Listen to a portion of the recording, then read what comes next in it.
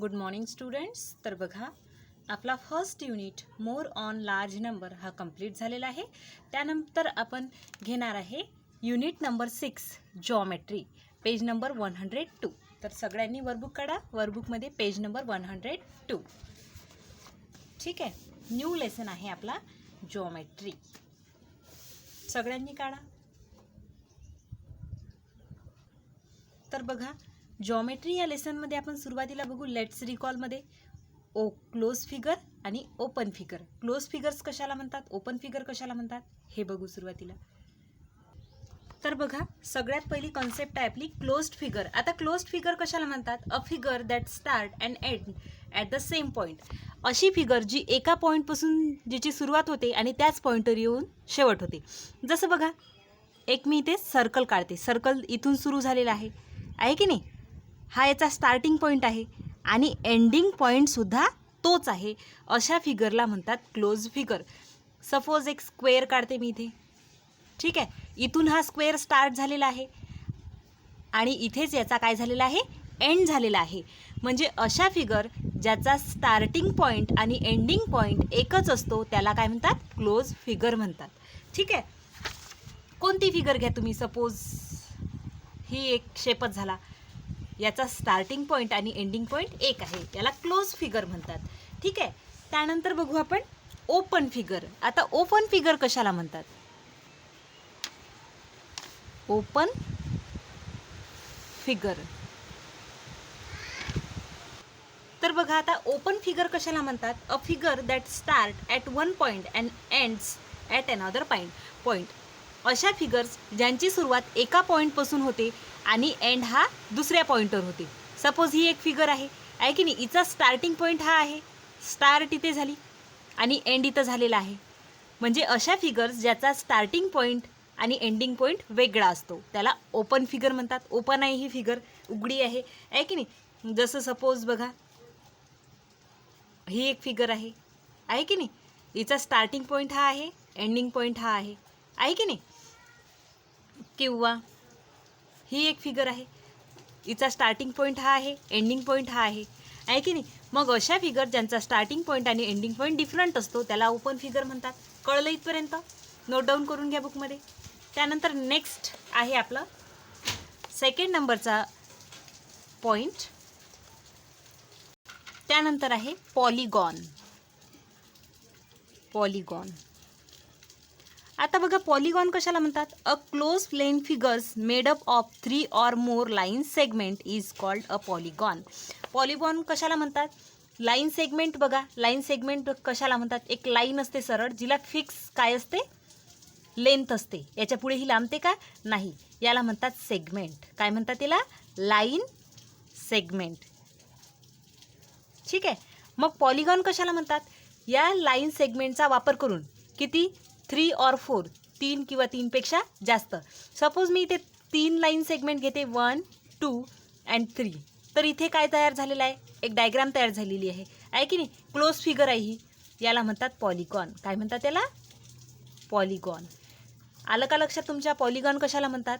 Line सेगमेंटचा use करून काय तयार होतात? फिगर्स तयार होतात. मग त्या लाईन सेगमेंट 1 असो, 2 असो, 1 आणि 2 पासून होणारच नाही, 3 असो किंवा 4 असो.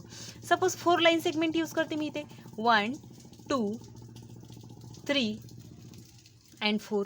तर बघा, एक रेक्टँगल तयार झालेला आहे. तर हा सुद्धा पॉलिगॉन आहे. सिम्पल आहे, लक्षात ठेवायचं. पॉलिगॉन कशाला म्हणतात? 3 किंवा 3 पेक्षा जास्त लाईन सेगमेंटचा यूज करून तयार झालेली फिगर, त्याला पॉलिगॉन म्हणतात. कळलं सगळ्यांना? मग आता टाईप्स ऑफ पॉलिगॉन आहे. कोणकोणते पॉलिगॉन्स आहे तुमच्या वर्कबुकमध्ये दिलेलं आहे. वर्कबुक काढा. वर्कबुकमध्ये पेज नंबर 103वर दिलेलं आहे. इथे नंबर ऑफ साईड्स, किती साईड्स असतात, त्यानंतर नेम दिलेला आहे आणि फिगर. सगळ्यात पहिले आहे नंबर ऑफ साईड. 3 साईड्स कशाला असतात? ट्रायंगलला. बघा, इथे ट्रायंगल दिलेला आहे तुम्हाला. त्यानंतर आहे 4 साईड्स क्वाड्रिलॅटरलला असतो. इथे दिलेला आहे तुम्हाला स्क्वेअर. त्यानंतर 5 साईड्स पेंटागॉन. ज्याला 5 साईड्स असतात त्याला पेंटागॉन म्हणतात. बघा, इथे 5 साईड्स आहे, 1, 2, 3, 4, 5. त्यानंतर 6 साईडवाल्याला हेक्झागॉन म्हणतात. इथे 6 साईड आहेत, 6 बाजू आहे त्याला. त्यानंतर हेप्टागॉन. हेप्टागॉनला किती साईड्स आहे? 7 साईड आहे. त्यानंतर ऑक्टागॉन. ऑक्टागॉनला किती साईड आहे? 8 साईड आहे. ठीक आहे. त्यानंतर काय दिलेलं आहे आपल्याला? रेग्युलर पॉलिगॉन कशाला म्हणतात, ज्याच्या तीनही साईड्स कशा असतात, सारख्या असतात, इक्वल असतात. म्हणजे ही जर 5 सेंटीमीटर असेल तर ही सुद्धा 5 सेंटीमीटर असेल आणि ही सुद्धा 5 सेंटीमीटर असेल, तर याला म्हणतात रेग्युलर पॉलिगॉन. काय म्हणतात, रेग्युलर. मग इर्रेग्युलर पॉलिगॉन कशाला म्हणतात, ज्याच्या साईड्स इक्वल नसतात. ठीक आहे, हा इरेग्युलर पॉलिगॉन आहे, याच्या 2 साईड इक्वल आहे, एक डिफरंट आहे. कळलं. रेग्युलर पॉलिगॉनमध्ये तीनही साईड, 3 व्हॉटेवर किती 4 साईड असेल तर 4 ह्या इक्वल असतात, सारख्या लेंथच्या असतात. आणि इरेग्युलर पॉलिगॉनमध्ये ह्या डिफरंट लेंथच्या असतात. ठीक आहे. त्यानंतरचा आपला कॉन्सेप्ट आहे लाईन. लाईन कशाला म्हणतात, लाईन सेगमेंट कशाला म्हणतात आणि रे कशाला म्हणतात, याबद्दल स्टडी करू. बघा तुमच्या वर्कबुकमध्ये दिलेलं आहे, तुम्हाला इथे फिगर दिलेलं आहे. Line, number of end points, लाईनला किती एंड पॉईंट असतात. त्यानंतर लेंथ दिलेली आहे, त्याची लांबी किती असते. त्यानंतर एक्सटेन्शन, एक्सटेन्शनमध्ये दोन्ही बाजूनी वाढणे. ठीक आहे. तर बघा सगळ्यात पहिले दिलेलं आहे लाईन. तर आपण सुरुवातीला बघू लाईन. ठीक आहे. तर बघा इथे एक लाईन ड्रॉ करते मी. लाईन बघा दोन्ही साईडनं मी ॲरो देत आहे. ॲरो काय इंडिकेट करते की ही लाईन आहे. ॲरो म्हटलं म्हणजे ही काय होते, इकडे एक्सटेंड होते, वाढत जाते, इकडे सुद्धा वाढत जाते. ठीक आहे. याला नाव देते मी A and B. Number of end points, end होते का हिला, अंत आहे का लाईनला, नाही. त्यानंतर length cannot be measured, cannot be measured. लाईनची लेंथ, लांबी आपण मोजू शकतो का, नाही, इनफायनाईट असते. इन द बोथ डायरेक्शन, दोन्ही डायरेक्शनने ती वाढत जाते. ठीक आहे. त्यानंतर बघा नेक्स्ट कॉन्सेप्ट आहे रे. ठीक आहे. बघा इथे एक रे काढते मी. रे पी अँड क्यू. तर बघा इथे बघा लाईनला कसं डिनोट करणार आपण, इथे नाव काय दिलेलं आहे, ए बी, आणि याच्या डोक्यावर असे लाईन देऊन त्याला ॲरो देणार, म्हणजे दोन्ही साईडने ती एक्सटेंड होत आहे. यावरून कळते की हे लाईन आहे. त्यानंतर बघा आता इथे पी क्यू दिलेलं आहे रे. याला कसं लिहिणार आपण, पी क्यू रेला पी क्यू. आणि ॲरो बघा दोन्ही साईडनं ॲरो आहेत का, नाही, एकाच साईडनं आहे, म्हणजे इथे सुद्धा एका साईडनं ॲरो देणार. आता रे कशाला म्हणतात, रे पण मेजर करू शकतो का आपण, नाही, कारण हा या डायरेक्शनने खूप काय आहे, मोठा आहे, आपण याला मेजर करू शकतो का, नाही. एक्सटेन्शन, वाढते किती डायरेक्शननी, हा ओनली इन वन डायरेक्शन, फक्त याच डायरेक्शननी हा लांबू शकते. इकडे लांबू शकते का, नाही, कारण इथे पॉईंट दिलेला आहे. पॉईंट दिला म्हणजे तो खंडला, तो लांबू शकते का, नाही. रे बघा extend in only one direction, एकाच डायरेक्शननी रे काय होते, एक्सटेंड होते, वाढल्या जाते. त्यानंतर दिलेलं आहे तुम्हाला नेक्स्ट कॉन्सेप्ट आहे लाईन सेगमेंट. लाईन सेगमेंट, रेषाखंड.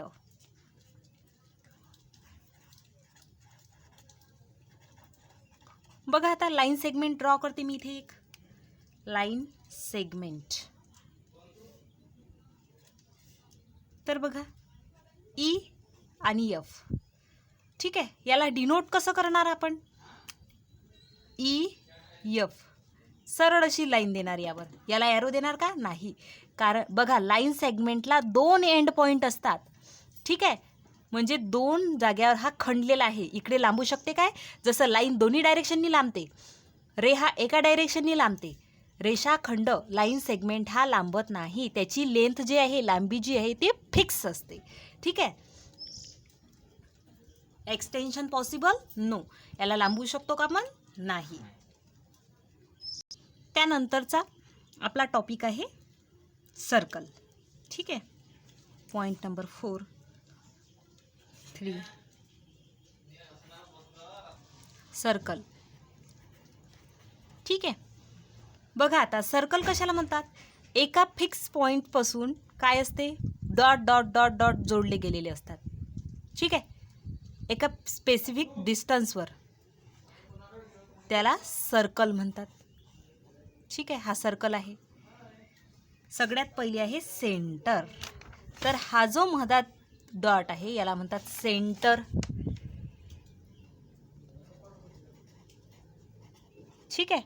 The point inside the circle, point inside the circle, सर्कलच्या आतमधला point which is at the same distance from all point on the circle.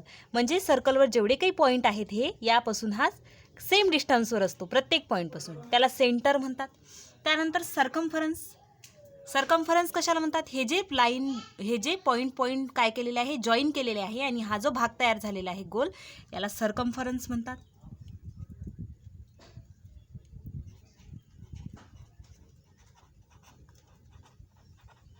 Circumference the sets of points that forms a circle. म्हणजे पॉईंटचा मिळून जो circle तयार झालेला आहे त्याला सर्कमफरन्स म्हणतात.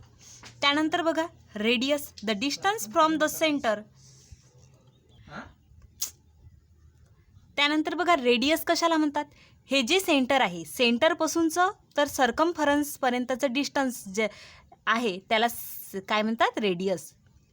ही रेडियस आहे या सर्कलची. ठीक आहे.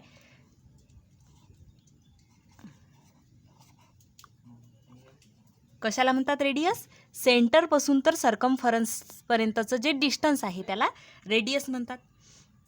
ठीक आहे.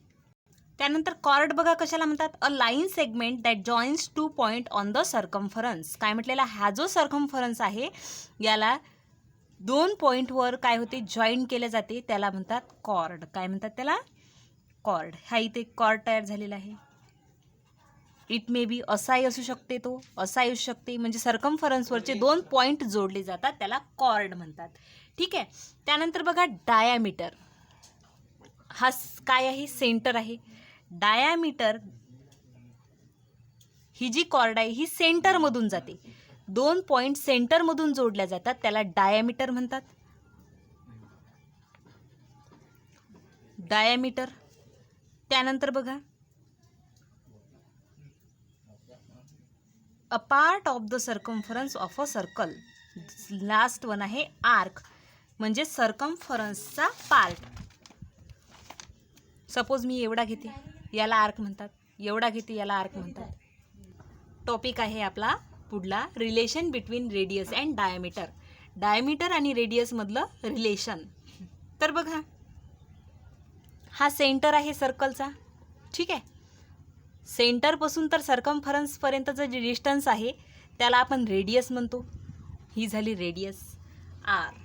तर डायमीटर माहीत आहे तुम्हाला, डायमीटर हे काय असते, सेंटरमधून पास होणारी जी लाईन असते 2 एंड पॉईंटला जोडते त्याला डायमीटर म्हणतात. ठीक आहे. तर मग या रेडियसमध्ये आणि डायमीटरमध्ये काय रिलेशन आहे, the length of the diameter is twice as that the radius. काय म्हटलेलं आहे, डायमीटरची जी लेंथ आहे ती 2r असते, म्हणजे रेडियसच्या डबल असते. बघा हे रिलेशन तुम्हाला लिहून घ्यायचं आहे. लिहा सगळ्यांनी बुकमध्ये, याच्यावर प्रॉब्लेमसुद्धा आहे तुम्हाला. Diameter is equal to 2 × r, 2r, 2 times radius. Okay. और याला आपण असं सुद्धा लिहू शकतो, radius is equal to diameter upon 2. ठीक आहे. त्यानंतर बघा वर्कबुकमध्ये तुम्हाला पेज नंबर 104 वर काढा सगळ्यांनी. 104 वर तुम्हाला काय दिलेलं आहे, identify the following open figure. तर बघा पेज नंबर 104 वर तुम्हाला युअर टर्नमध्ये दिलेलं आहे, identify the following as open figure और क्लोज फिगर. तर इथे तुम्हाला काही फिगर्स दिलेले आहे, डायग्राम्स दिलेले आहे. यामधल्या क्लोज फिगर कोणत्या आणि ओपन फिगर कोणत्या हे तुम्हाला आयडेंटिफाय करायचं आहे. मी शिकवलेलं जर तुम्हाला कळलं असेल तर तुम्ही हे लिहू शकता. त्यानंतर बघा पॉलिगॉन्स दिलेले आहे, कोणते पॉलिगॉन्स आहेत त्यांचे नावं लिहायचे आहे. त्यानंतर फिल इन द ब्लँक्स दिलेले आहे. ठीक आहे. मी शिकवलेलं आहे त्यावरूनच हे आहे. तर हे पेज तुम्हाला HW मध्ये करायचं आहे. ओके. यानंतरचं आपण नेक्स्ट व्हिडिओमध्ये बघू.